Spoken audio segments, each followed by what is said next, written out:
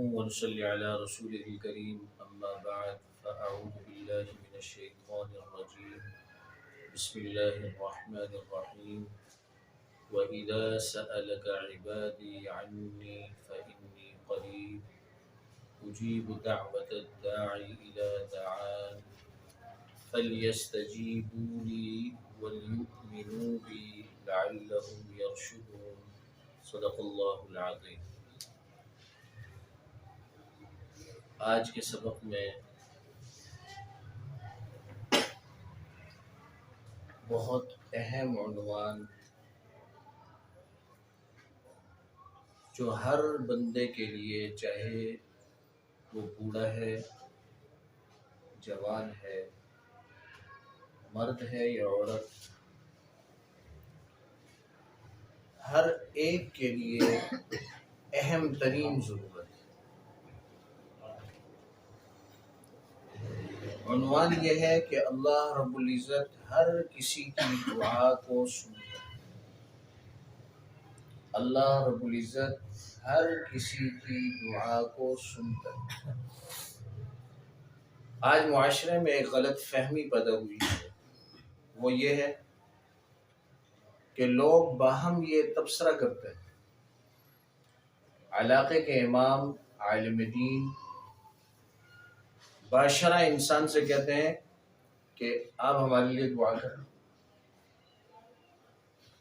اور آگے سے اگر وہ امام، عالم دین، باشرہ انسان یہ کہہ دے کہ آپ بھی ہمیں اپنی دعاؤں میں یاد رکھیں، تو فٹ سے اس کا جواب یہ ہوتا ہے کہ ہم گناہگاروں کی دعا کہاں پڑھیں۔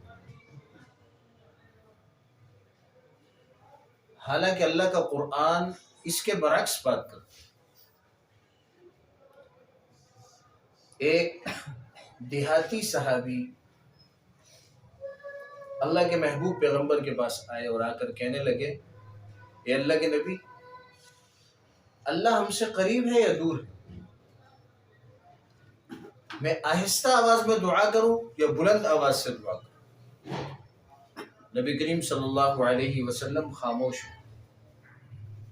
اس پر اللہ رب العزت نے یہ آیت کریمہ نازل فرمائی، وَإِذَا سَأَلَكَ عِبَادِي عَنِّي فَإِنِّي قَرِيبٌ، کہ جب آپ سے پوچھے جائے، میرے بندے اگر آپ سے پوچھیں میرے بارے میں، تو آپ ان سے کہہ دیں کہ فَإِنِّي قَرِيب، میں قریب ہوں، دور نہیں ہوں۔ اور پھر اسی قریب کا ایک اور اجلا معنی، بہت واضح طور پر معنی اللہ رب العزت نے ایک اور مقام پر ارشاد،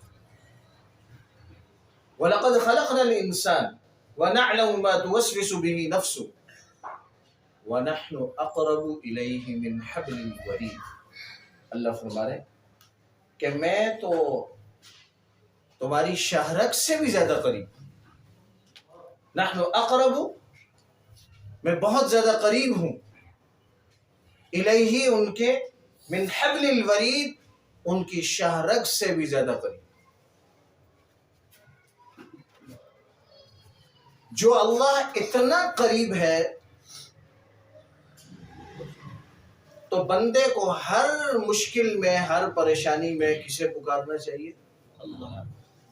اللہ فرما رہے کہ تم جو اپنی بات کرتے ہو اس زبان سے ادا کرتے ہو تو تمہارے کانوں میں آواز پہنچتی ہے۔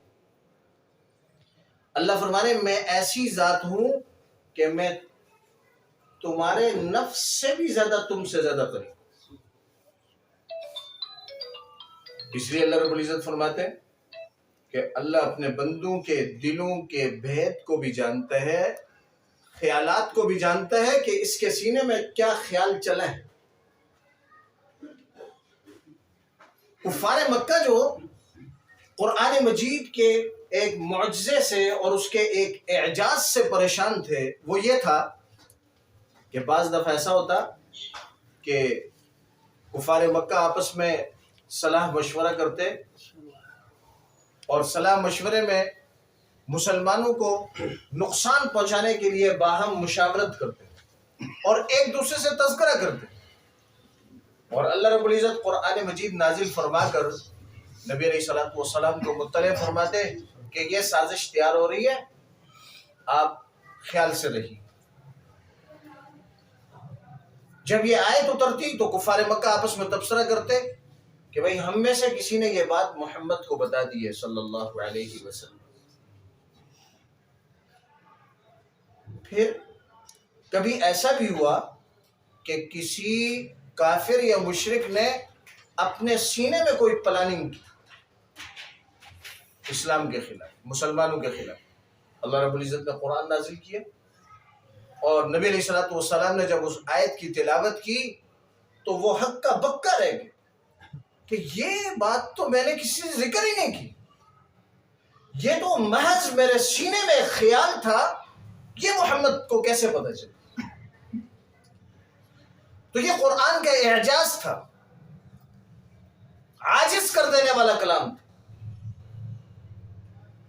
یہاں تو اللہ رب العزت اپنے بندوں سے خطاب کر رہا ہے، محبوب پیغمبر سے کہا جا رہا ہے اذا سألک عبادی، جب میرے بندے آپ سے پوچھیں انی، میرے بارے میں، تو آپ ان سے کہہ دیں فإنی قریب، میں قریب دور نہیں ہوں، اور اتنا قریب ہوں کہ شہرگ سے بھی زیادہ قریب. نحن اقرب الیہ من حبل الورید، شہرگ سے بھی زیادہ قریب.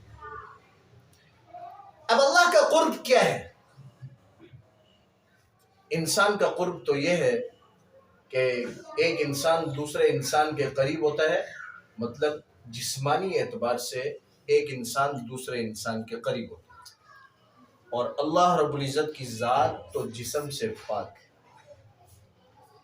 کیونکہ جسم حادث اور فانی ہے، اس پر فنا ہے. اللہ کا قرب، اس کا مفہوم یہ ہے، آسان اور مختصر یہ ہے کہ جس طرح اللہ اپنی ذات میں یکتا اور وراء الورا ہے، اسی طرح جو اللہ کی صفات ہیں وہ بھی یکتا اور وراء الورا ہیں. ہمارے دل و دماغ اس کو سمجھ نہیں سکتے. چنانچہ اللہ رب العزت ارشاد فرماتے ہیں لا تدرکہ الابصار وهو يدرك الابصار وهو اللطيف الخبیر. لا تدرکہ الابصار، اس کو کوئی آنکھ دیکھ نہیں سکتی. وهو يدرك الابصار، اور وہ سب کو دیکھتا ہے. اور اسے کوئی آنکھ کیوں نہیں دیکھ سکتی؟ فرمایا وهو اللطیف، وهو اللطیف، وہ بہت زیادہ لطافت میں ہے، اس میں جسمانی کیفیت نہیں، جسم بوجھل ہے. اور اللہ کی ذات لطیف ہے. اور لطافت کا معنی کیا ہے بھائی؟ انکشاف کا منبع اور مرکز. اس سے اللہ رب العزت کو کوئی دیکھ نہیں سکتا. اسی طرح اللہ نے جو یہ اپنی صفت بیان فرمائی فإنی قریب، میں قریب ہوں، تو اللہ کا قریب ہونا جسمانی اعتبار سے نہیں بلکہ علم کے اعتبار سے. اللہ اپنی شان کے مطابق ہمارے قریب، اور اتنا زبردست قریب ہے کہ جب چاہتا ہے، جس وقت چاہتا ہے، جس کے لیے چاہتا ہے، وہ کچھ بھی کر سکتا ہے. اتنا قریب. ہم مشاورت کرتے ہیں، پلاننگ کرتے ہیں، اور لمحے میں وہ پلاننگیں ٹوٹ جاتی ہیں، بکھر جاتی ہیں. حضرت علی رضی اللہ تعالی عنہ فرماتے ہیں کہ میں اپنے ارادوں کے بکھرنے اور ٹوٹنے سے اپنے اللہ کو بیچا کہ ہم سے اوپر ایک طاقت والی ذات. آگے اللہ فرما رہے ہیں جب میں قریب ہوں تو آہستہ بولو تب بھی سنتا ہوں، زور سے بولو تب بھی سنتا ہوں. اجیب دعوت الداعی الی دعا، جو کوئی مجھ سے دعا کرتا ہے، پکارتا ہے مجھے، میں اس کا جواب دیتا ہوں، میں سنتا ہوں. یہاں کوئی تخصیص نہیں ہے کہ میں کسی عالم کی سنتا ہوں، یہاں کوئی تخصیص نہیں ہے کہ میں کسی پیر اور مرشد کی سنوں، یہاں کوئی تخصیص نہیں ہے کہ میں کسی باشرہ انسان کی سنتا ہوں، یہاں کوئی تخصیص نہیں ہے کہ میں تقوی طہارت والوں کی سنتا ہوں، گناہگاروں کی نہیں سنتا، بلکہ عام فرما دی اجیب دعوت الداعی الی دعان، اذا دعان، جب پکارنے والا پکارتا ہے، وہ کسے باشر کوئی بھی ہو، جب مجھے پکارتا ہے میں اس کی پکار کو سنتا ہوں، میں اس کی مشکل کو آسان کروں۔ آج ہم اپنے تھوڑا سا اپنا جائزہ لیں کہ جب ہم پریشان ہوتے ہیں، دیکھتے ہی دیکھتے وہ پریشانی ختم ہو جاتی ہے، ہمارا رجوع اللہ کی طرف ہوتا ہے اور وہ پریشانی ختم ہو جاتی ہے، اور احساس تک باقی نہیں رہتا کہ وہ پریشانی کہاں چلی، کس نے دور کی؟ اللہ۔ ہمارا ایمان یہ ہونا چاہیے، اعتقاد یہ ہونا چاہیے کہ میں جو دعا کروں گا میرا اللہ قبول کرے۔ دعا کی قبولیت کے لیے یہ ضروری نہیں کہ جو ہم مانگے وہ ہمیں مل جائے، یہ ضروری نہیں، بلکہ جو مانگا اگر انسان کے لیے وہی مناسب ہے، بہتر ہے، اللہ وہی عطا کرتا ہے۔ بعض دفعہ انسان کے لیے جو وہ مانگ رہا ہوتا ہے اس کے لیے، کیوں اللہ فرما رہے ہیں کہ میں تمہاری شہرک سے بھی زیادہ قریب ہوں، میں تم سے زیادہ تمہیں جانتا ہوں، تم خود اپنے آپ کو اتنے نہیں پہچانتے جتنا میں پہچانتا ہوں، تمہاری کس گھڑی اور کس وقت کیا ضرورت ہے اس کا مجھے علم ہے، تمہیں علم نہیں۔ جب کوئی چیز نامناسب ہوتی ہے تو اللہ رب العزت اس دعا کو اس شکل میں قبول نہیں کرتے بلکہ شکل تبدیل کر دیتے ہیں کہ آنے والی کسی مصیبت کو اللہ رب العزت ٹال دیتے ہیں۔ اور تیسری صورت یہ ہے کہ اس دعا کو اللہ رب العزت آخرت کے لیے ذخیرہ فرما دیتے ہیں۔ جب بندہ مومن آخرت میں اللہ کے پاس جائے گا تو اللہ رب العزت اس کے اعمال نامے دکھائیں گے، وہ کہیں گے تو میں نے تو یہ اعمال نہیں کی، اللہ فرمائیں گے کہ فلاں فلاں دعا کی تھی، ہم نے دنیا میں قبول نہیں کی، آج تمہارے لیے ذخیرہ ہے۔ وہ حسرت کرے گا کاش کہ دنیا میں میری ایک دعا بھی قبول ہوتی۔ آج حسرت یہ ہے کہ کاش کہ میری ہر ایک قبول ہو جائے، جیسے میں چاہوں ویسے ہو جائے۔ یہ بالکل ایسے ہی ہے کہ انسان جب تک گاڑی کا انتظار کر رہا ہوتا ہے تو انسان کی طلب کیا ہوتی ہے؟ بھائی رک جائے، رک جائے، اور جیسے ہی گاڑی پر سوار ہوتا ہے تو پھر انسان کی تمنا کیا ہوتی ہے؟ بھائی اب بالکل نہ رکے، چلتی رہے۔ ایسے ہی دنیا میں انسان یہ چاہتا ہے کہ میری ہر دعا قبول ہو جائے، آخرت میں جب اسے ذخیرہ ملے گا تو وہ کہے گا کاش کہ دنیا میں ایک۔ گرامی قدر سامعین، 70 ماہوں سے زیادہ پیار کرنے والے اللہ میرے اور آپ کی طرف متوجہ رہتے ہیں ہر وقت، کہ کب میرا بندہ میری طرف متوجہ ہوتا ہے اور کب میرا بندہ مجھے پکارے اور میں اس کی پکار کو سنوں۔ واقعہ مشہور ہے کہ ایک جو ہے بت کدا کے اندر جو ہے ایک شخص جو ہے بت کو صنم، بت کو کہتے ہیں، وہ صنم صنم یا صنم یا صنم کی پکارے لگا رہا تھا، اور اسی طرح اسے اونگ آئی تو اس کی زبان سے نکلا یا صمد، آسمان سے آواز آئی لبیک یا عبدی، فرشتے کہنے لگے مولا کریم یہ تو بت کو پکار رہا تھا، یہ تو غلطی سے اونگ آئی ہے اور یا صمد نکل گیا۔ اللہ رب العزت نے فرمایا کہ پھر اس بت میں اور مجھ میں فرق کیا رہے گا؟ جب اس غلطی سے بھی نکل گیا، میرا نام پکار لیا لبیک یا عبدی۔ اس لیے شیطان کے اس دھوکے سے نکلی کہ ہماری دعا کب قبول ہوتی، ہم گناہ گاروں کی دعا کرتے، اللہ نے دعا کی قبولیت گناہ گاروں کے لیے ہی ہے،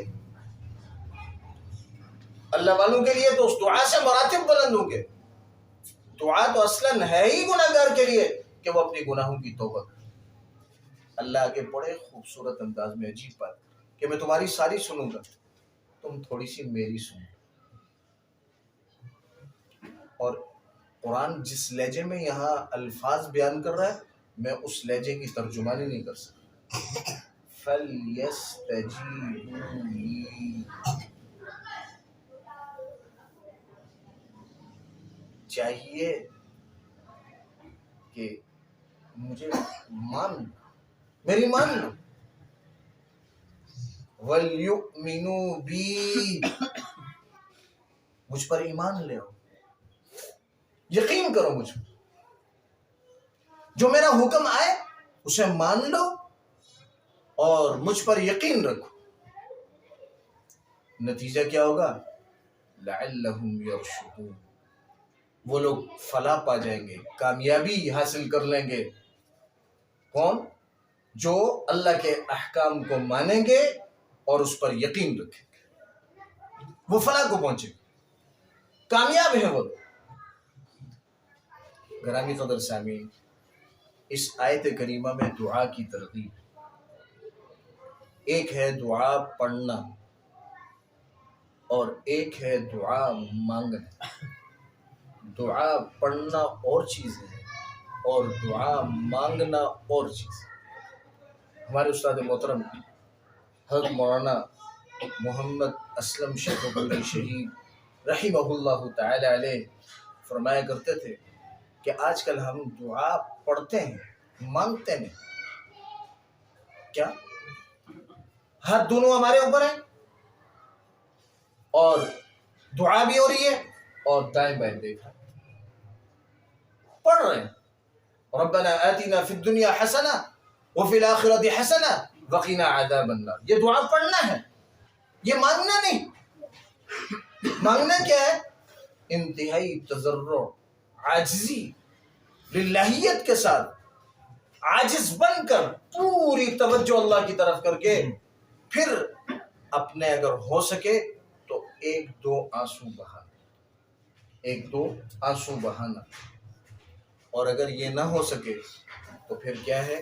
جناب صدیق اکبر رضی اللہ تعالیٰ عنہ نے فرمایا کہ رونے جیسی شکل پر، رونے جیسی شکل پر. جس علاقے اور محلے کا نوجوان اللہ کے سامنے گڑ گڑانے لگ جائے، اس محلے پر کبھی آفت نہیں، اس محلے پر کبھی ایسی پریشانی نہیں آتی کہ سارے لوگ پریشان ہو. نوجوان اگر اللہ کے سامنے گڑ گڑانے لگ جائے. ایک واقعہ لکھا ہے شیخ سعدی رحمہ اللہ کا، یا کسی اور بزرگ نے ان کا لکھا ہے کہ ان کی عادت یہ تھی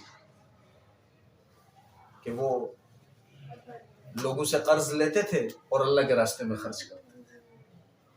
اگر اپنے پاس نہیں ہے، مانگنے والا کے قرض لیا اور اسے دے دیا. ایک دفعہ ایسا ہوا کہ جتنے لوگوں سے قرض لیا تھا وہ سب آ گئے، کہا تو ہمارا قرض واپس کر. کہا کہ بھائی جو جو آتا گیا، کہا بیٹھو بیٹھو. بیٹھتے کیسے؟ اور ایک بچہ جو ہے مکئی کے دانے بیچ رہا تھا. بیٹھے بیٹھے کہا جی حضرت ابھی ہمیں بھوک لگ رہی ہے، کھانے کا وقت ہو گیا. بچے کو بلایا، بیٹا آؤ ان سب کو کھلاؤ. سب کو کھلا دیا. اب بچہ کہہ رہا ہے کہ پیسے دے دیں. کہا یہ بھی پیسے لینے کے لیے بیٹھے ہیں، آپ بھی بیٹھ سکتے. بچہ کہنے لگا نہیں، میرے بابا مجھے ماریں گے، ڈانٹیں گے، مجھے پیسے چاہیے. اور گڑ گڑانے لگا، رونے لگا اور خوب روئے. اتنے میں ایک شخص آیا، اس نے جو ہے ایک تھال کپڑے سے ڈھکا ہوا رکھا اور کہا کہ یہ ہدیہ ہے آپ کے لیے. اپنے خادم کو بلایا اور کہا کہ اللہ کی مدد آ گئی ہے، ایسا کریں کہ سب میں تقسیم کر دیں اور اس بچے کو بھی دیں.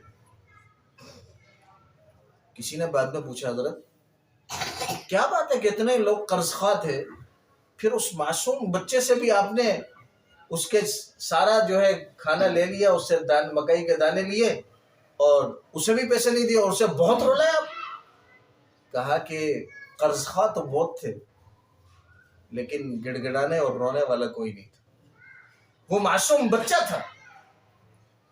میں نے یہ عمل کر کے اس نے اپنی جو تڑپ دکھائی اور جو رویا ہے، اس پر اللہ رب العزت کو ترس آیا ہے. اللہ نے سب کا معاملہ آسان کر دیا. گرامی قدر سامعین، ہم اللہ سے دعا پڑھیں نہیں، دعا مانگیں. 2 منٹ کریں زیادہ نہیں کریں. یہ میرے نوجوان بچے جو ہیں 2 منٹ دعا مانگے، زیادہ نہیں مانگے، لیکن مانگے دعا، وقت نکالیں دعا کے لیے. ہمارے پاس آج دعا کے لیے وقت نہیں. ہم نماز پڑھ لیتے ہیں، ہم قرآن کی تلاوت کر لیتے ہیں، ہم ذکر و اذکار کر لیتے ہیں، لیکن ہمارے پاس دعا کے لیے ٹائم نہیں. اگر دعا کے لیے ہمارے پاس ٹائم نہیں ہوگا تو ہمارا اور ہمارے اللہ کے درمیان تعلق کیسے قائم؟